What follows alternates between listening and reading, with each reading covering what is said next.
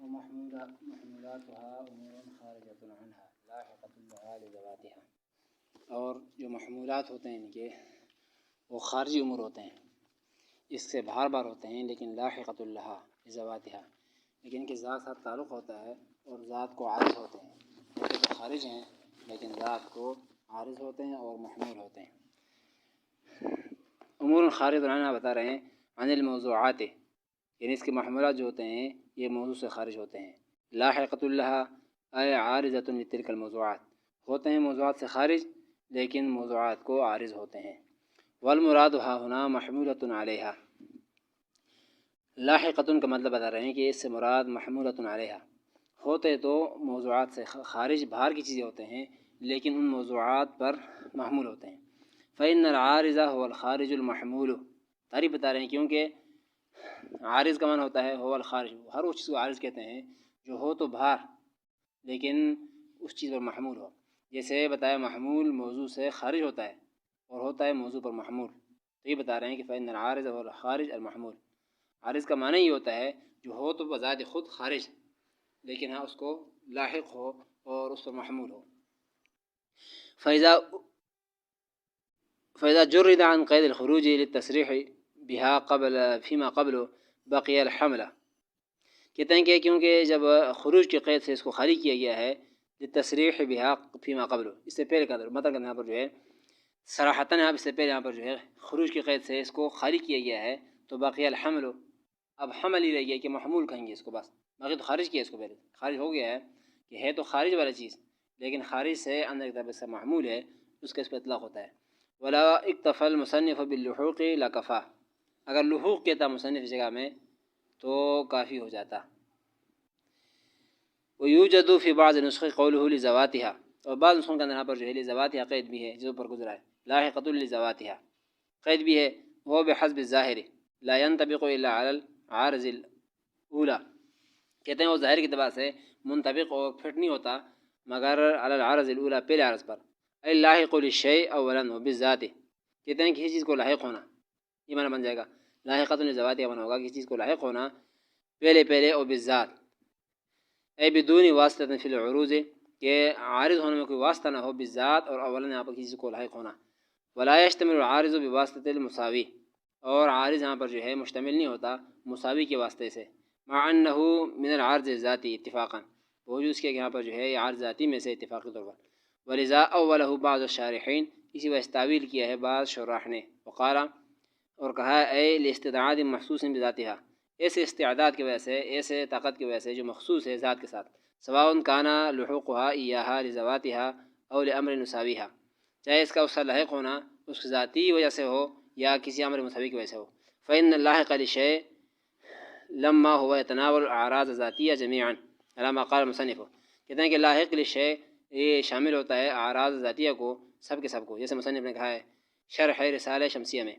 ثم ان هذا القید يدل على ان المصنف اختار مذهب الشیخ، کہتے ہیں کہ پھر اس قید سے معلوم ہوتا ہے، دلالت کرتا ہے کہ مصنف نے شیخ کے مذہب کو اختیار کیا ہے فی لزوم کون محمولات المسائل اعراضا ذاتیۃ، اس بات کے اندر کہ مسائل کے جو محمولات ہوتے ہیں، کسی بھی مسائل کے جو محمولات ہوتے ہیں وہ اعراض ذاتیہ ہوتے ہیں، لموضوعات ہے اس کے موضوع کے، وإلیہ ينظر کلام شارح المطالع، اسی طرح پر جو ہے اشارہ ہو رہا ہے شارح مطالع کے کلام سے۔ لیکن الاستاذ المحقق جلال الدین دورانی اس کا نام ہے، استاد محقق اورد علیہ، اس پر انہوں نے اعتراض کیا کہ انه كثيرا ما يكون محمول المسألة بالنسبة الى موضوعاتها من الاعراض العامة، کہتے ہیں کہ بہت سارے مسئلے کے مسائل محمولات، کسی مسئلے کے جو محمول ہوتا ہے وہ موضوع کی نسبت سے اعراض ذاتیہ میں سے نہیں ہوتا بلکہ اعراض عامہ غریبہ میں سے ہوتا ہے، عامہ غریبہ میں ہوتا ہے، عام اعراض میں سے ہوتا ہے اور ہوتا ہے بھی خارج کا قول الفقہاء، جیسے فقہاء کا قول ہے کل مسکر حرام، ہر نشے والی چیز حرام ہے، اور ایسے نحات کا قول ہے کل فاعل مرفوع، ہر فاعل مرفوع ہوتا ہے، اور ایسے یہاں پر طبیعیوں کا قول ہے کل فلک متحرک علی الاستدارۃ، ہر ایک یہاں پر جو ہے آسمان متحرک ہوتا ہے علی الاستدارۃ، دائرے میں گھومتا ہے، ہر ایک یہاں پر جو ہے کیا نام ہے فلک یعنی آسمان وہ گھومتا ہوتا ہے اپنے دائرے میں۔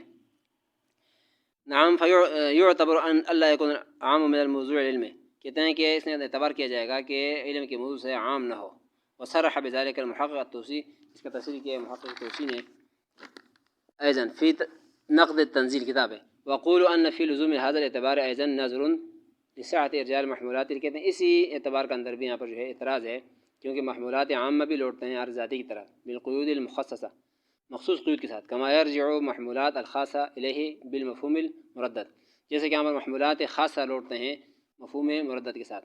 فالاستاذ صرح باعتبار الثانی فعدم اعتبار الاول تحکم، تصریح ثانی اعتبار کا کیا ہے، لہذا پہلے اعتبار کا اعتبار نہ کرنا یہ زیادتی ہوگی. وہاونا زیادت کلام لا یسع المقام، یہاں پر اور بھی مزید کلام ہو سکتا ہے لیکن مقام کے اندر گنجائش نہیں ہے. یہ ایک بات تھی، تھوڑا سا باہر کی بات تھی. اب آگے جو بات بتائیں گے آخری باتیں، اور 8 چیز ذکر کریں گے جس کو رؤوس ثمانیہ کہتے ہیں، رؤوس ثمانیہ. یہاں سے آگے یہاں تقریباً یہاں پر جو ہے تو اس کو رؤوس ثمانیہ کہا جاتا ہے، جو کہ ہر علم کے اندر ہوتا ہے، خاص کر منطق میں رؤوس ثمانیہ سے مشہور ہے. یہ ایک بات یہاں سے سابقہ قول یہاں پر بتائیں گے، اس موضوع اور محمول کے اعتبار سے بتائیں گے. آگے پھر یہاں پر جو رؤوس ثمانیہ ذکر کریں گے اور ختم. وقد یقال، پر متن دیکھیں، کبھی کہ کہا المبادی، اس بات کے اندر مبادی اور مقدمات میں فرق بتائیں گے. مبادی کسے کہا جاتا ہے اور مقدمات کہا جاتا ہے. علم کا مقدمہ، ہم مقدمہ پڑھ رہے تھے، مبادی اور مقدمہ، لیکن کوئی فرق ہے یا یہ کیا چیز ہوتا ہے؟ مقدمہ کتاب، مقدمہ علم، یا فلاں کہتا ہے کہ مقدمہ میں یہ بات تھی. یہ مقدمہ اور مقدمات اور مبادیات میں کیا فرق ہوتا ہے یہ بتائیں گے کہ کیا ہوتا ہے. کہ وقد یقال المبادی لما یبدأ به قبل المقصودی، کہتے ہیں کبھی کبھی یوں کہا جاتا ہے مبادی وہ کہلاتا ہے یبدأ به قبل المقصودی، مقصود علم سے پہلے جس کو شروع کیا جائے، مقصود علم سے پہلے جو شروع کیا جائے، جو پڑھا جائے، اس کو کہا جاتا ہے مبادی. مبادیات پڑھ رہے تھے، یا مبادی تفسیر کی مبادیات ہم پڑھ رہے تھے. تو یہ جو ہوتا ہے یہ مقصود علم سے پہلے جس کو شروع کیا جاتا ہے، پڑھا جاتا ہے، اس کو مبادی کہا جاتا ہے. یہ عام ہے، چاہے اس علم میں داخل ہو چاہے خارجی چیزیں ہوں. صرف اتنی بات ہے کہ مقصود سے شروع کرنے سے پہلے ہم جو تمہیدی جو چیزیں پڑھی جاتی ہے اس کو کہا جائے گا مبادی، چاہے وہ تمہیدی باتیں اسی علم کے اندر داخل ہوں چاہے اس سے خارج ہوں، یہ عام ہو جائے گا. کوئی بات جو بات اسی علم کے یہاں پر جو ہے، علم کے آسانی کے لیے ہو، علم کے اندر یہاں پر جو ہے تمہید کہتے ہیں، کوئی بیان کرنا ہو اس پہ تمہید باندھتے ہیں. اس طرح کے یہاں پر جو ہے بہرحال یہاں پر جو مبادی جو مقصود سے پہلے شروع کی جائے جو چیزیں، اس کو مبادی کہا جائے گا، چاہے وہ مقصود میں داخل ہو یا نہ ہو. مقصود مراد کتاب علم. دوسرا والمقدمات لما يتوقف عليه الشروع بوجه البصیرۃ، مقدمات ہو کہ مقدمہ یا مقدمات وہ کھلاتا ہے لما يتوقف عليه الشروع على وجه البصیرۃ، کہتے ہیں سمجھنے کے لیے جس پر شروع موقوف ہو، علم کا شروع یا فن کا شروع یا کتاب کا شروع، جس چیز پر موقوف ہوتا ہے سمجھنے کے لیے، یعنی اس کے بعد سمجھ نہیں سکتے ہو اس کو آپ مقدمہ کہیں گے. تو گویا کہ یہ مطلب ہو گیا کہ مقدمہ اس میں داخل ہوتا ہے کہ اس کے بغیر سمجھنے کے یہاں پر جو ہے کوئی اور چارہ نہیں ہوتا، وہ چیز پہ پڑھنی پڑتی ہے. مطلب تعریف ہے یا ٹائٹل پر لکھا ہوتا ہے کہ کس کے مقصد کے لیے اس میں کیا کیا ہوں گے. اس طرح کے ہم گویا کہ مقدمہ لما يتوقف علیہ الشروع بوجہ البصیرۃ، سمجھنے کے لیے اور بصیرت کے لیے جس پر شروع موقوف ہو، اس کتاب کی یا اس فن کی یا اس علم کی، اس پر شروع موقوف ہو. کہتے ہیں وفرتاً لرغبت بوجہ البصیرۃ وفرتاً لرغبت، اور یہاں پر جو ہے رغبت بڑھانے کے لیے، سمجھنے کے لیے اور رغبت بڑھانے کے لیے کہ اس کتاب کا یا اس علم کا شروع اس پر موقوف ہو. کتعریف العلم، مثال دے رہے ہیں علم کا تعریف کرنا، اور آپ کو جب تعریف پتہ ہی نہ ہو کیا چیز ہو رہا ہے تو آپ شروع ہو جاؤ، پھر یہاں پر جو ہے سمجھنے کے لیے مشکل ہو جائے گا، رغبت بھی نہیں بڑھے گی. جب تعریف پتہ ہوگی چیز کا، حقیقت پتہ ہوگی، پھر آپ اس میں رغبت بھی، آپ کی شوق بھی ہوگا، بڑھ جائے گا شوق. فرتن لرغبت وہ بیان غایت ہی، اور اس کا غایت اس سے کیا ہمیں اخذ ہونا، آخر میں ہمیں کیا ملنا ہے، وہ موضوع ہی، اس کا موضوع یا کس مباحث میں یہ ہوگا. یہ چیزیں تو گویا یہاں پر جو ہے اس علم کا شروع موقوف ہے، کتاب کا شروع، علم کا شروع اس پر موقوف ہے. نہ ہو کہ آپ کا علم کا تعریف ہی پتہ نہ ہو، آپ بیچ میں کتاب شروع کر دیں کہ اس کا یہاں پر جو ہے کیا تعریف ہے، اس میں کیا ہوتا ہے، یہ آپ کو پتہ ہی نہ ہو، یعنی اس چیز کا ذات کا آپ کو پتہ ہی نہ ہو، تعریف ہی ہوتا ہے، اور غرض غایت یہ ہوتا ہے کہ اس سے کیا حاصل ہونا ہے، دنیا میں کیا حاصل ہونا ہے، آخرت میں کیا حاصل ہونا ہے. ایسے یہاں پر جو ہے اس ڈاکٹری کے علم آدمی کرے اس کو پتہ نہ ہو کہ اس سے کیا ہونا ہے، تو ویسے یہاں پر جو لگا رہے گا، پتہ ہی نہیں ہوگا. کہتے ہیں کہ وکان القدمہ، یہ تو ہوگی بات، یہ فرق بیان کیا مبادیات اور مقدمات میں. ہاں چلو یہ نیچے شرح میں آ جائیں. وقد يقال المبادی الى آخری اشارۃ الى اصطلاح آخر فی المبادی. کہتے ہیں اس جو اوپر متن میں بھی ہم نے پڑھ لیا، اس سے اشارہ ہے. کہتے ہیں کہ اصطلاح آخر، ایک اور اصطلاح کی طرف اشارہ ہے، فی المبادی، جو اصطلاح مبادی کی مبادیات کے بارے میں ہے. یہ اصطلاح جو ابھی آ گئی ہے، یہ مبادی کے بارے میں نئے اصطلاح آ گئی ہے. سوا ما تقدمہ، سوائے اس کیا نام ہے اصطلاح کے جو پہلے گزرا ہے. ایک اصطلاح بھی ہم پڑھتے رہے، وہ مشکل سے ابھی پڑھتے رہے، گزر کے آگے بھی یہ جو کل پرسوں جو لگے رہے تھے، وہ مشکل سے بتایا تھا کہ مبادی کیا ہوتا ہے، اور اس میں موضوع اور ذکر کیا ہے. کہتے ہیں کہ وہ اصطلاح تھا. ایک یہاں پر اور اصطلاح کی طرف اشارہ کر رہے ہیں کہ اور اصطلاح بھی ہے جو ابھی پر متن نے پڑھ لیا. اور اصطلاح کی طرف اشارہ ہے جو ما قبل کے علاوہ ہے. وضعہ ابن حاجب، اس کو یہاں پر جو ہے وضع کیا ہے یا بنایا ہے ابن حاجب نے، کافی والے نے، کافی مصنف نے یہاں پر جو ہے یہ فرق کیا ہے مبادی اور مقدمات میں، جو پڑھ لیا. فی مختصر اصول، اپنے کتاب یہاں پر جو مختصر اصول میں یہاں پر اس نے یہ مقدمہ، یہ کیا نام ہے، ایک اصطلاح بنائی ہے جو اوپر پڑھ لیے. یہ نہ ہو کہ حیث اطلق المبادی علی ما یبدأ به قبل الشروع. کہتے ہیں کہ اس طرح کے اس نے اطلاق کیا ہے مبادی کا، مبادی کے اطلاق کرتے ہیں وہ، یعنی مبادی کہتے ہیں اس چیز کو یبدأ به قبل الشروع فی مقاصد علم، علم کے مقاصد شروع ہونے سے پہلے پہلے جن چیزوں کو پڑھا جائے. مقاصد علم شروع ہونے سے پہلے پہلے جس چیز کو پڑھتے ہیں، جس چیز کو سمجھتے ہیں، اس کو گویا کہ مبادی کہتے ہیں. سواء کان داخلا فی العلم، پھر وہ آپ کو بتایا تھا کہ پھر عام چیز ہے یہ، علم کے مقاصد شروع کرنے سے پہلے جو آپ پڑھ رہے ہو اس کو مبادی کہیں گے. چاہے یہ داخل ہو پھر علم، علم میں یعنی جو پہلے ہم پڑھ رہے ہیں وہ علم کا جزء حصہ ہو، فیکون من بعد المصطلح السابقہ، یہ مبادی میں سے ہو جائے گا جو اصطلاحی ہے اور جو پہلے گزرے ہیں، معمول موضوع کل جو پڑھتے رہے. کا تصور الموضوع والاغراض ذاتیتی، جیسے کہ موضوع کا تصور، موضوع کو سمجھنا، اور اغراض ذاتیات کا سمجھنا، والتصدیقات کا سمجھنا، التي يتألف منها، جو اسی سے مرکب ہوتے ہیں، اسی سے یہاں پر علم کے یہاں پر جو ہے دلائل میں مرکب ہوتے ہیں. تو چاہے کہ یہاں پر جو ہو وہ اس علم کے اجزاء میں سے ہو، جیسے کہ علم کا موضوع، علم کا موضوع کا تصور سمجھنا، اور یہاں پر جو علم کے تصدیقات وغیرہ جو اس علم کے یہاں پر کیا دلائل ہوتے ہیں، یہ ہو تو اس میں داخل سے ہوگا، چاہے خارج سے ہو. او خارجن، یا پھر یہاں پر اس سے خارج ہو، علم سے خارج ہو، یعنی علم شروع کرنے سے پہلے جو چیز پڑھ رہے ہیں علم سے خارج ہو، کوئی تعلق نہ ہو. خارجن توقف علیہ شروع، صرف یہاں پر شروع کرنے پر موقوف ہو، باقی علم میں داخل نہ ہو.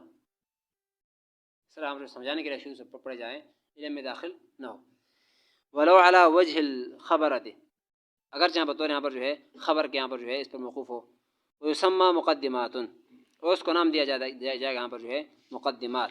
کمعرفۃ الحد، جس تعریف کا پہچاننا، والغایت، اور غایت کا پہچاننا، والموضوع، اور موضوع کا پہچاننا. یہ ہو گئے، یہ خارج ہو اور اس پر علم کا شروع کرنا موقوف ہو. کہتے ہیں والفرق بین المقدمات والمبادی بهذا المعنى، کہتے ہیں کہ فرق مقدمات اور مبادی کے درمیان میں اسی معنی کے لحاظ سے مما لا ينبغي ان يشتبه، کہتے ہیں کہ یہ ان چیزوں میں سے ہے کہ یہ مشتبہ نہیں ہونا چاہیے. پھر یہ جو معنی ہم نے کیا ہے اس معنی کے حساب سے مقدمہ اور مبادی میں فرق نہ کرنا یہ نامناسب بات ہے، فرق ہونا چاہیے. کہتے ہیں جو ابھی تاریخ ہم نے بتا دی ہے اس سے واضح فرق آتا ہے. کیا مطلب فرق ہے؟ کہ مبادی عام ہے چاہے داخل ہو چاہے خارج ہو، اور مقدمات خارج ہے. مقدمات خارج ہے صرف ہم جو اس کا علم کا کیا نام ہے شروع کرنے سے موقوف ہوتا ہے، اور یہاں پر جو ہے موقوف علیہ موقوف کا غیر ہوتا ہے. موقوف علیہ موقوف کا غیر، موقوف علیہ 7 درجے کہتے ہیں، اس پر موقوف ہے بخاری آخری درجے پڑھنا، لیکن آخری درجے اس میں داخل تو نہیں ہے، اور چیزیں. یہاں پر کہتے ہیں کہ موقوف اس پر ہوتا ہے اگلا چیز. لیکن فإن المقدمات، اب کہتے ہیں فرق کیا ہے؟ جو مشتبہ آدمی نہیں ہونا چاہیے، آدمی کو نامعلوم نہیں ہونا چاہیے، معلوم ہونا چاہیے، اس میں اشتباہ نہیں ہونا چاہیے. وہ اشتباہ نہ ہونا کیا ہے؟ فإن المقدمات خارجۃ عن العلم لا محالۃ، مقدمات علم سے خارج ہوتے ہیں، وہ علم میں داخل جو علم آپ نے پڑھنا ہے اگر سے مقدمہ ہوتی ہے اس سے خارج ہوتی ہے. اور مبادی میں لازمی نہیں، مبادی میں یہاں پر داخل بھی ہو سکتی ہے خارج بھی ہو سکتی ہے. کہتے ہیں کہ بخلاف المبادی فتبصر، بخلاف مبادی کے اس کو خوب یہاں سمجھ لو. مبادی اس میں خلاف مطلب وہ خارج ہونا لازمی نہیں ہے، خارج بھی ہو سکتی ہے، داخل بھی ہو سکتی ہے. یہ ہو گیا ایک اصطلاح جدید ختم ہو گئی. آگے اوپر بتا رہے ہیں وقان القدماء یذکرون فی صدر الکتاب ما یسمونہ رؤوس الثمانیہ. کہتے ہیں قدماء جو سابقہ جو مصنفین تھے خاص کر منطقی حضرات، وہ ذکر کرتے ہیں اپنے کتابوں کے شروع میں صدر الکتاب، ہر کتاب کے شروع میں وہ ذکر کرتے ہیں یا لکھ لیتے ہیں ما یسمونہ الرؤوس الثمانیہ، ان چیزوں کو ذکر کرتے ہیں جن کا نام وہ رؤوس ثمانیہ کہتے ہیں، 8 سر، 8 بنیادی چیزیں، اس کو رؤوس ثمانیہ کا نام دیتے ہیں. وہ ہر کتاب شروع میں ذکر کرتے ہیں وہ. اب وہ رؤوس ثمانیہ کیا ہے، یہاں سے وہ شروع ہوگا اور یہ ختم ہوتے ہی کتاب بھی ختم ہو جائے گا. رؤوس ثمانیہ 8 چیزیں ہیں. نمبر 1 الاول الغرض. یہ غرض کیا ہے؟ غرض آپ کے یہاں پہ آنے کا کوئی غرض ہے، کھانے کا کوئی غرض ہے، بھوک مٹ جانا، پینے کا غرض ہے، پیاس بجھنا، دوائی لینے کا غرض ہے، بیماری ٹھیک ہونا، ہر چیز کا غرض ہوتا ہے کوئی. یہاں پر کہتے ہیں کہ مطلب، غرض سمجھ گئے؟ مطلب نمبر 1 غرض. علم کا غرض کیا ہے؟ سر ہوتا ہے، ساری بنیادی چیز ہوتا ہے، 8 بنیادی چیزیں یہ بھی کہہ سکتے ہیں. ویسے ضرور سمانیہ 8 سر، 8 سرے، 8 سر، لیکن وہ ویسے نام کے طور پر دیا ہے، باقی مراد اس سے یعنی بنیادی چیزیں یا مقصودی 8 چیزیں. نمبر 1 غرض ہے. یہ غرض کا ذکر کیوں کرتے ہیں؟ لئلا یکون طلبہ عبثا، تاکہ اس چیز کا طلب بیکار نہ ہو جائے. غرض کوئی ہوگی، غرض سے کوئی آدمی کام کرے گا تو پھر آدمی کا اس میں ہوگی ہمیں غرض حاصل ہو رہا ہے، مشقت بھی اٹھائے گا جو بھی بہرحال ہوگا، تاکہ اس کا طلب بے فائدہ نہ ہو، عبث نہ ہو جائے، بیکار. الثانی المنفعت. نمبر 2 منفعت ذکر کرتے ہیں. جو علم ہے، جو فن ہے، ذکر کرتے ہیں اس کا منفعت، فائدہ ذکر کرتے ہیں. اے ما یتشوق الکل طبعا، کہ ہر ایک یہاں پر جو طبیعت شوق رکھتی ہے اس چیز کی. منفعت کا شوق ہر ایک طبیعت کو ہوتی ہے. یتشوق الکل طبعا، طبی طور پر ہر ایک یہاں پر شوق رکھتا ہے. لیمبسط فی الطلب، تاکہ یہاں پر جو ہے کشادگی رہے طلب کرنے میں. کیونکہ منفعت آدمی کو، کیونکہ لالچ جو ہر چیز منفعت کا آدمی یہاں پر چست رہتا ہے، پھر اس میں تنگی نہیں ہوتی ہے، دل کھلا رہتا ہے کہ چلو یہاں پر جو ہے منفعت حاصل ہو رہی ہے. ويتحمل المشقت، اور مشقت بھی اٹھاتا رہتا ہے. منفعت حاصل ہونا ہے، یہ مزدوری کر کے آدمی یہاں پر کیوں اس لیے کرتا ہے، تکلیف اٹھاتا ہے کہ نفع حاصل ہونا ہے، فائدہ حاصل ہونا ہے ہم کو. تو یہاں پر کہتے ہیں کہ تاکہ لیمبسط فی الطلب، تاکہ طلب کرنے کا یہاں پر جو ہے وہ خندہ پیشانی سے طلب کرے، حاصل کرے اس کو، اور مشقت بھی برداشت کرتا رہے. نمبر 3 ثالث التسمیہ. علم وجہ تسمیہ، نام، علم کا نام، وجہ تسمیہ، عنوان جسے کہتے ہیں. علم منطق، علم فقہ، کہتے ہیں کہ وہی عنوان العلم، اور علم کا عنوان ہوتا ہے. یہ کیوں لازمی ہے؟ لیکون عندہ اجمال ما یفصلہ، تاکہ اسی نام سے، علم کے نام سے اجمال ہو جاتا ہے آنے والی تفصیل کا. آج تفصیل آگے آئے گا اس کا اجمال. علم منطق آپ کو ایک خاکہ آگے علم منطق میں کیا ہوتا ہے، آگے تفصیل ہوتا رہے گا. صرف نام سے وجہ تسمیہ سے آپ کو تفصیل حاصل ہو گیا، اجمال حاصل ہو گیا تفصیل کا. یہ ہو گیا 3. نمبر 4 ہے المؤلف، مصنف. مصنف کے حالات بھی معلوم ہونا چاہیے. کیوں؟ لیسکن قلب المتعلم، بندے کے پہچان اقوال کی پہچان سے ہوگی. سمجھدار آدمی یہاں پہ جو ہے بندے کو پہچان لے اس کے اقوال سے، نہ کہ اقوال کو پہچاننا ہوتا ہے بندے سے. کہتے لیسکن قلب المتعلم، تاکہ متعلم یا جو شارح ہے، جو اس کے کتاب نہ اٹھانے والا ہے، چاہے پڑھنے والا ہو چاہے اس کی کتاب شرح لکھنے والا ہو، اس کی باتوں میں اعتماد اسی لحاظ سے کرے گا. پھر بندے کو جب پہچانے گا تو اسی لحاظ سے. بہت اچھی بات کہی ہے. اس لیے اس کتاب والے کے کچھ باتیں بھی جائز دی، کیونکہ شیعہ ہے، فن کے لحاظ سے ٹھیک ہے، لیکن باقی اس سے باتیں کوئی اس کی ٹھیک بھی نہیں ہے. تاکہ بندے کو ہمیں پتہ ہے کہ ہم اس لوگوں سے بات نہیں لے رہے ہیں، اور ہم کہیں اتنے بڑے مصنف یہاں پر جو بات کی وہ پیچھے جھکا تھا اعلیٰ تھا اصحاب میں مقدمے کے قریب قریب. تو یہ یہاں پر کہتے ہیں کہ تاکہ بندے کا پتہ ہو تو آدمی اس کے لحاظ اس کے مسائل کو اسی لحاظ سے لے گا. کوئی اور مذہب کا آدمی کہتے ہیں کہ وہ مذہب کی باتیں اس کے پاس چھوڑے گا، باقی جو مقصود چیز حاصل کرے گا. نمبر 5 انہو من علم، یہ بات معلوم ہو کہ من ای علم من العلوم، یہ جو پڑھ رہے ہیں کس علوم میں سے کون سا علم ہے، یہ معلوم ہونا چاہیے. لیطلب فیہ ما یلیق بہ، تاکہ آدمی اس کے اندر جو اس کے مناسب وہ چیز لے لے. کتاب منطق کی ہو، آپ اس میں فقہ مسائل آپ کا ارادہ ہو، وہ تو نہیں ملیں گے. فقہ کی آپ کو منطق کوئی چیز بھی آ جائے تو پھر نہیں ہوگا. کہتے ہیں کس جنس کا کتاب علم ہے, علوم میں سے کون سا علم ہے, تاکہ اسی کی مناسب چیزیں پھر آپ نوٹ کر لو, ذہن بناؤ کہ اس میں یہ چیزیں ملیں گے. یہ ہو گئے 5. سادس چھٹا ہوگا انہو فی ای مرتبہ ہوا, کس مرتبے کا علم ہے, یہ کس درجے کا ہے, کتنے اہمیت ہے, کیا مرتبہ اس کا, واجب فرض مستحب, یعنی کس لحاظ سے اس کو لینا ہے. لیقدم ما یجب ویؤخر عما یجب, تاکہ وہ آگے رکھے, مقدم رکھے اس چیز کے اوپر جو واجب ہے, اور مؤخر رکھے ان چیزوں سے جو واجب ہے. جو اس سے زیادہ واجب ہے اس سے ان کو مؤخر کر دے, اور جن سے یہ زیادہ واجب ہے اس کو مقدم رکھے.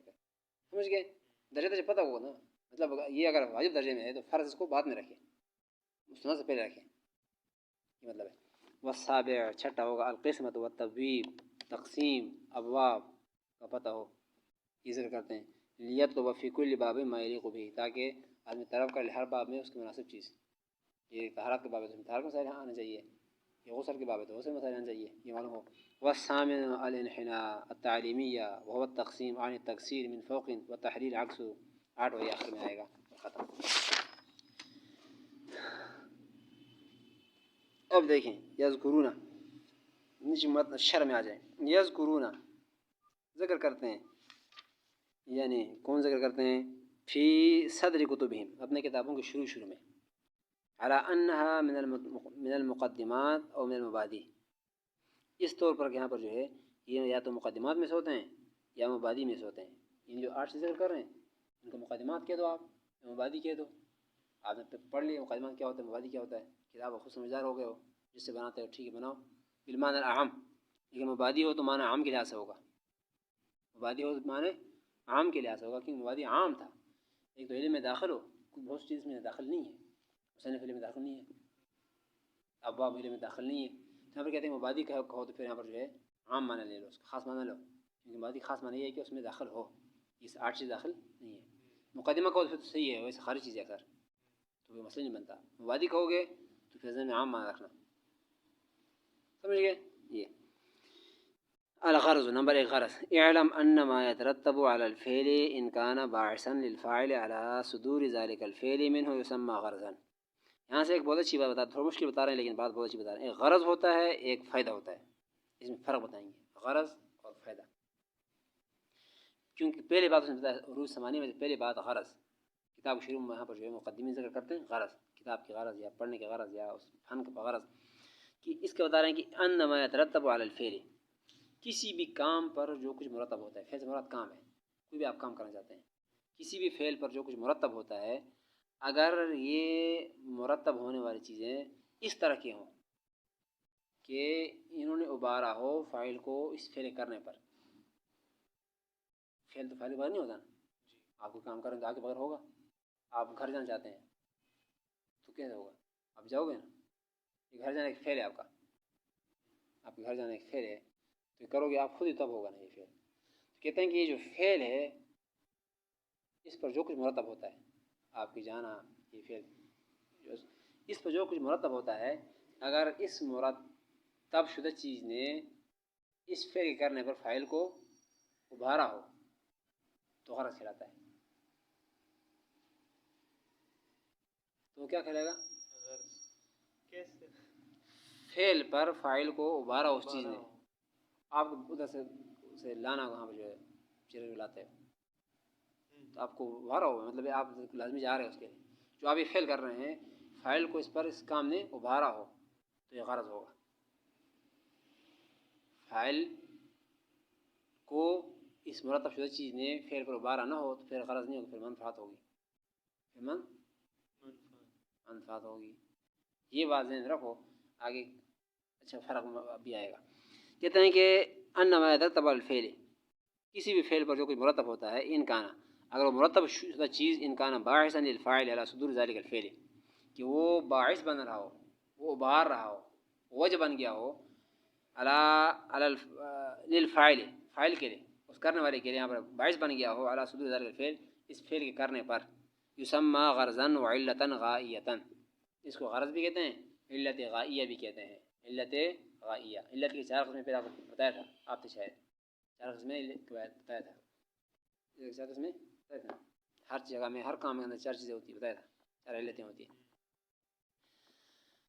مادی علتیں سوری، فاعلی اور علت غائی. کہتے ہیں کہ اس کو کہیں گے غرض اور علت غائیہ. وَإِلَّا يُسَمَّى فائدتاً، ورنہ وہی ہمارا کیا ہوگا اگر اس مرتب شدہ چیز نے فاعل کو ابھارا نہ ہو فعل کرنے پر، تو اس کو کہیں گے منفعت، فائدہ اور کیا غایہ، غایت، یہ نام دیا جائے گا. الا يسمى فائدتاً و منفعتاً و غایتاً، ورنہ اس کو یہاں پر جو ہے فائدہ، منفعت، غایہ کہتے ہیں. یہ اب کیوں، اب فائدہ کیا ہوتا ہے؟ فائدہ فید سے ہوتا ہے، فید سے نکلا ہو فائدہ. لفظ فائدہ جو ہے بعض میں قسم فاعل ہے فائدہ، فائدتاً سے فاعل بنا ہے، بعض میں یہاں پر فید سے نکلا ہوتا ہے، فید سے. معنی اس کا ہوتا ہے یہاں پر جو ہے جو کچھ آدمی کو حاصل ہوتا ہے علم میں سے یا مال میں سے، اس کو فائدہ کہتے ہیں. تعریف فائدہ کیا ہوتا ہے؟ علم میں سے مال جو کچھ آدمی کو حاصل ہو، کہیں سے کچھ چیز حاصل ہو رہا ہو، اس کو فائدہ کہتے ہیں. کیونکہ استحداث مال کو کہا جاتا ہے، استحداث مال اور خیر کو فائدہ کہتے ہیں. استحداث مال، مال بنانا، علم بنانا، حاصل کرنا فائدہ ہوتا ہے.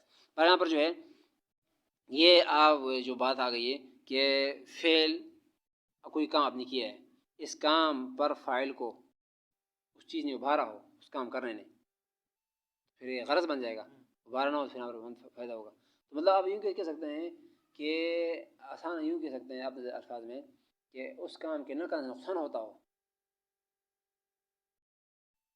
آپ کو خطر ہے، مسئلہ ہو، خطر ہوتا ہو، تو پھر کیا ہوگا؟ وہ غرض کھلائے گا. اور اس کام کو چھوڑنے سے اگر نقصان نہ ہوتا ہو تو پھر کیا فائدہ ہوگا؟ یہ فائدہ ہوتا ہے نا. آپ اچھے کام کرتے ہیں فائدہ ہوگا، نہیں تو مرنا تو نہیں نا. آپ نوکری کرو تو تنخواہ نہیں، تو پھر ٹھیک ہے بیٹھ رہو گے. اور نہ کرنے کا کوئی چارہ نہ ہو پھر کیا ہوگا؟ غرض. آپ مجبور ہو کرنے پر پھر کیا ہوگا؟ غرض. کھانا نہیں کھائیں گے تو پھر بھوک سے مریں گے نا، تو کیا ہے؟ غرض. پھر یہ فائدہ نہیں ہوگا، غرض ہوگا. فروٹ وروٹ نہ کھاؤ تو کیا ہوگا؟ مریں گے تو نہیں، لیکن مزید فائدہ جو ہے وہ نہیں ہوگا. بہرحال پر یہ میں اپنے سے بتا رہا ہوں، لیکن لگتا ہے ایسے ہی، یہ فرق کتنا ہی بتا رہے ہیں. اب آگے جو بات بتائیں گے وہ اچھی بات ہے. کہ وہ قالو کہتے ہیں اسی فرق کی وجہ سے کہا ہے. آپ نے پڑھا ہوگا کہ اللہ تعالیٰ کے افعال معلل بالاعراض نہیں ہوتے ہیں. آپ نے پڑھا ہوگا اور نہیں تو پڑھو گے کہ اللہ تعالیٰ کے افعال معلل بالاعراض نہیں ہوتے ہیں، اس کو غرض کیونکہ اللہ پر کوئی ابھارنے والی چیز تو نہیں کہ اللہ یہ نہیں کرے ہیں ضروری، اللہ کون ابھارے گا؟ معلل بالاعراض نہیں ہوتے. اور یہ کوئی نہیں کہہ سکتا اللہ کے جو افعال ہے فہرست خالی ہے، ہزاروں فائدے اس میں ہے. اب ادھر بات کھلے گی کہ جو کہتے ہیں اللہ کے افعال معلل بالاعراض نہیں ہوتے ہیں، کیونکہ اللہ تعالیٰ پر ہم کوئی ابھارنے والی چیز ہی نہیں جس کو اللہ کا ابھارے یا اس کو کہے کہ نہیں آپ نے کرنا، نہیں تو مجبور کرے کوئی، تو معلل بالاعراض نہ ہوئے نا. لیکن اللہ تعالیٰ کے افعال فائدے سے خالی نہیں، ہزاروں فائدے اس میں ہیں. سمجھ گئے؟ ابھارنے کے بغیر کیا ہے تو فائدہ ہوگا، اس کو غرض نہیں کہیں گے. یہ اس وجہ سے کہتے ہیں علماء نے کہا ہے کہ افعال اللہ تعالی لا يعلل بالاغراض، اللہ تعالیٰ کے افعال کا کوئی اغراض، کوئی علتیں نہیں ہوتی ہے، کوئی غرض نہیں ہوتا، معلل نہیں ہوتے ہیں، کوئی غرض ساتھ یہاں پہ ٹچ نہیں ہوتے ہیں. وَإِنِ اشْتَمَلَتْ عَلَىٰ غَایَاتٍ وَمَنَافِعٍ لَا تُحْصَىٰ، اگرچہ اللہ تعالیٰ کے افعال ہزاروں یہاں پر غایات، ہزاروں منافع پر مشتمل ہوتے ہیں جو گنے نہیں جاتے ہیں. منافع تو بہت ہوتے ہیں اللہ کے افعال میں، لیکن اللہ کے افعال کوئی غرض نہیں ہوتا. یہ فکان مقصود المصنف ان القدماء، کہتے ہیں مصنف کا مقصود قدماء کان یذکرون فی صدر کتبہم ما کان سببا، کہتے ہیں کہ ذکر کرتے ہیں کتاب شروع میں ما کان سببا حاملا، جو بتایا نا کہ غرض، غرض کیوں کہا ہے؟ غرض کا فرق بتا دیا، غرض اور فائدہ کا فرق بتا دیا. یہ نہیں کہا کہ فائدہ منفعت آگے اور آئے گا الگ کر کے، یہ غرض ذکر کیا ہے. تو یہ گویا کہ بتا رہے ہیں کہ ذکر کرتے ہیں کتاب شروع کے اندر ایسے سبب کو حاملا علی تدوین المدون الاول لہذا علم، جو ابھارنے والی ہوتی ہے، ایسے سبب ذکر کرتے ہیں جو ابھارنے والی ہوتی ہے علی تدوین المدون الاول، جو مدون اول کو ابھارتی ہے لہذا العلم، اس علم کے لیے اس کو ابھارتی کیجیے. آپ لکھ لو فنا آپ ایجاد کر دو، لکھ لو اس کو. تو یہاں پہ کہتے ہیں کہ یہ ابھارنے چیز ہوتی ہے تو لہٰذا وہ غرض ہو گیا. پھر انہوں نے لکھا پھر کیا ہوگا؟ غرض. کہتے ہیں کہ ثم یعقبون بما یشتمل علیہ من منفعت، اس کے بعد پھر اس کے پیچھے لاتے ہیں شروع میں ابھارنے والی کوئی چیز ہوگی، اس کو بارہ علم لکھنے پر اس کے بعد پھر لائیں گے وہ چیزیں یشتمل علیہ من منفعت، کوئی منفعت کی چیزیں، مصلحت کوئی مصلحت کی چیزیں، یمیل الیہا وہ تباع جس طرف عام طبیعتیں مائل ہوتی ہے۔ ان کانت لہذا العلم منفعت و مصلحت، اگر یہاں پر جو ہے غرض کے علاوہ کوئی اور منفعت ہو، غرض تو الگ چیز ہوگی، غرض کے علاوہ کوئی اور منفعت ہو، کوئی مصلحت ہو، الباعث للواضع الاولی، جو واضح اول کو ابھارا تھا اور غرض بنا تھا اس کا، اس غرض کے علاوہ کوئی اور مقاصد اور فائدے کی چیزیں ہوں پھر وہ بات ذکر کرتے رہیں گے۔ وقد عرفت فی صدر الکتاب، اس کتاب شروع میں آپ نے پہچان لیے یا پڑھ لیا آپ نے، من علم المنطق ہی العصمت، کہ علم منطق کا غرض کیا ہے، ہی العصمت، وہ بچنا ہے، عصمت اس کا غرض آپ نے پڑھ لیا، وہ مقدمے میں تھا پہلے، خطا فی الفکر سے بچنا عصمت مانے ہوتا ہے کہ فتذکر، اس کو یہاں پر جو خوب دھیان سے یاد کر لو، والثالث دو ہو گئے، یہ دو ہو گئے، ایک ہو گئے، ہاں ٹھیک ہے، بلکہ دو ہو گئے، ایک منفعت کا تذکرہ بھی آگے بیچ میں آ گیا، غرض کے بھی ہوگا، منفعت کے بھی کر دیے۔ ثالث التسمیہ، التسمیۃ العلامۃ، تسمیۃ علامت ہے، یہ جو عنوان ہوتا ہے یہ بھی ایک علامت ہی ہوتا ہے۔ کأن المقصود ہا ہونا اشارۃ الی وجہ تسمیۃ العلم، اس سے مراد علم کی وجہ تسمیہ ہے، نام رکھنے کا وجہ، منطق کو منطق کیوں کہتے ہیں، فقہ کو فقہ کیوں کہتے ہیں، اس میں سمجھ ہوتی ہے، سمجھداری پیدا ہوتی ہے آدمی میں، منطق کو منطق سے کہتے ہیں، بولنا ہوتا ہے، بولنا زیادہ آتا ہے آدمی کو، بولتا رہے۔ کما یقال، اسے کہا جاتا ہے کہ انما سمی المنطق منطقا، منطق کو منطق نام اس لیے دیا گیا ہے لأن المنطق یطلق علی النطق الظاہری، کیونکہ منطق کا اطلاق نطق ظاہری پر بھی ہوتا ہے، تکلم آدمی کی میں تیز ہو جاتا ہے، اور اس میں نطق باطنی بھی ہوتا ہے، وہ کلیات کا پہچاننا، جزئی کلی، یہ گویا کہ اندرونی اس کی گوئی ہے، ایک ظاہری گوئی ہوتی ہے، تکلم یہ بھی صحیح ہو جاتا ہے، تو گویا کہ منطق کے ذریعے سے آدمی کے تکلم ظاہری ٹھیک ہوتا ہے اور تکلم باطنی ٹھیک ہوتا ہے، اس وجہ سے ہم اس کا نام منطق رکھ دیا، گویا کہ یہی بولنا ہی ہے، کیونکہ بولنے کا اس کا بہت بڑا دخل تھا، بولنے کا اندر اس کا دخل تھا، گویا کہ اسی کو بولنے کہا گیا ہے۔ کہتے ہیں کہ ہو تکلم، نطق ظاہری کیا ہے، تکلم ہے، والباطنی، اور نطق باطنی ہوا ادراک الکلیات، وہ کلیات کا پہچاننا ہے، یہ ہو جائے گا نطق باطنی۔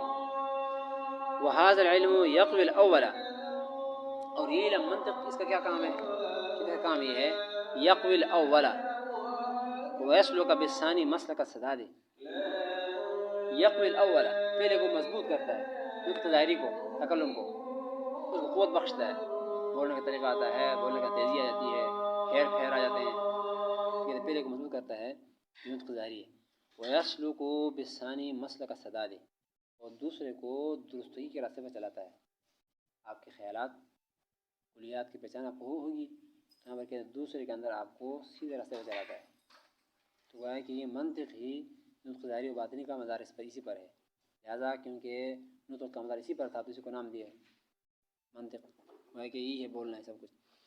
کہتے ہیں فاشتق له اسم من المنطق، اس وجہ سے اس کے یہاں پر جو ہے مشتق معنی ہے نام منطق سے، فالمنطق آگے بتا رہے ہیں کہ منطق کا صرفی تحقیق کیا ہے، نحوی صرفی، اذا اما مصدر میمی، لفظ منطق، صرف لفظ منطق بول رہے ہیں، معنی بتا دیے، منطق کا یا تو مصدر میمی ہے بمعنی نطق، نطق کے معنی میں، نطق گفتگو کہتے ہیں بولنا، نطق کے معنی میں، اور ہے مصدر میمی، لفظ مصدر میمی ہے۔ اطلق علی العلم المذکور مبالغۃ، ہے تو یہ الگ چیز ہے، نطق کو کہتے ہیں ویسے عام نطق کو، اور ہے مصدر میمی ہے، اس علم پر جو اطلاق ہوا ہے یہ مبالغہ کے طور پر ہوا ہے، اس کا دخل تھا بولنے میں، بہت زیادہ دخل تھا، مبالغتاً کوئی اس کو منطق کہا گیا ہے، یہ کوئی بولنا نہیں ہے، بولنا آدمی کے منہ سے ہوتا ہے، تو اس بولنے کے درست کرنے کے اندر اس کا دخل تھا بہت زیادہ، تو اسی کو کیا کہا گیا، جیسے زید عادل، زید کا بہت یہاں پر عادل ہونا ہو تو اس کو کیا کہیں گے، عادل ہی کہیں گے، زید عادل ہو، عادل زید نہیں خود، تو اس مبالغہ کو کیا کہتے ہیں، یہ بعین عادل ہی ہے، سراپا رحمت ہے جسے کہا جاتا ہے، رحمت اور چیز نہیں، یہی رحمت بنا ہوا ہے. یہاں پر کہتے ہیں گویا کہ بولنا یہی ہے، یہ منطقی ہو گیا. کہتے ہیں مبالغے کے طور پر کہا گیا ہے فی مدخلیتہ فی تکمیل النطق، گویائی کے تکمیل کے اندر بہت زیادہ دخل تھا، نطق کے تکمیل کے اندر اس کو بہت زیادہ دخل تھا. حتیٰ کأنہ ہو قرآن میں بھی ہے، کأنہ ہو جیسے قرآن میں ہے، کأنہ ہو جیسے کہ اس ملکہ بلقیس کو کہا تھا کہ یہ وہ تخت آپ کو تو نہیں ہے، تو اس نے کہا تھا کأنہ ہو، لگتا تو یہ وہی ہے، لیکن عقل نہیں مانتا کیونکہ اتنے منٹوں میں کہ میں آن سے پہلے تک پہنچ گیا ہوگا. تو یہ بھی کہتے ہیں گویا کأنہ ہو یہ وہی ہے، یعنی یہ منطق گویا نطق ہی ہے. آپ کہتے ہیں کہ اس کا اتنا دخل ہے بولنے چالنے کو ٹھیک کرنے کا اتنا دخل ہے گویا کہ ابھی بولنا ہی ہے، کأنہ ہو گویا کہ وہ یہی ہے، یعنی منطق ہی بولنا ہے.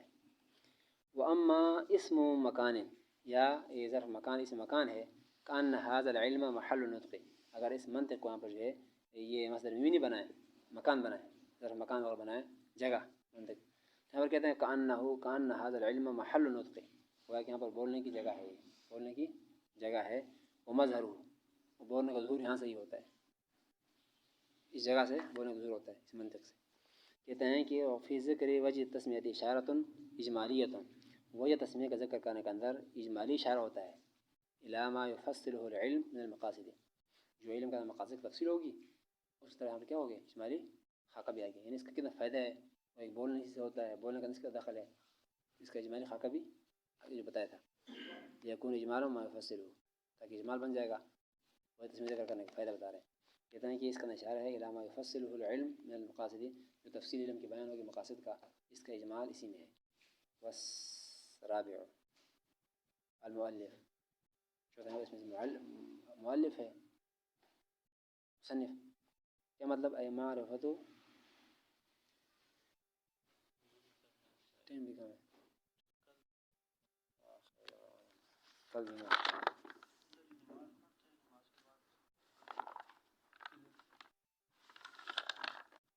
تو کل کسی کو کریں گے، 2 دن بعد ہوگا، یا ادھر جانا ہے نا آپ نے.